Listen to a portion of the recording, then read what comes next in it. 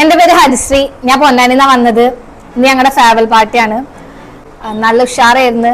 ക്ലാസ്സൊക്കെ കഴിഞ്ഞ് നല്ല വിഷമമുണ്ട്. കാരണം കുറച്ച് ടൈം ആണെങ്കിലും എല്ലാവർക്കും നല്ല അറ്റാച്ച്മെന്റ് തോന്നുന്നുണ്ട്. എന്നാലും ഞങ്ങൾ എല്ലാവരും ഫോണൊക്കെ ഉള്ളതല്ലേ, എല്ലാവർക്കും കോൺടാക്റ്റും കാര്യങ്ങളൊക്കെ ഉണ്ടാവും.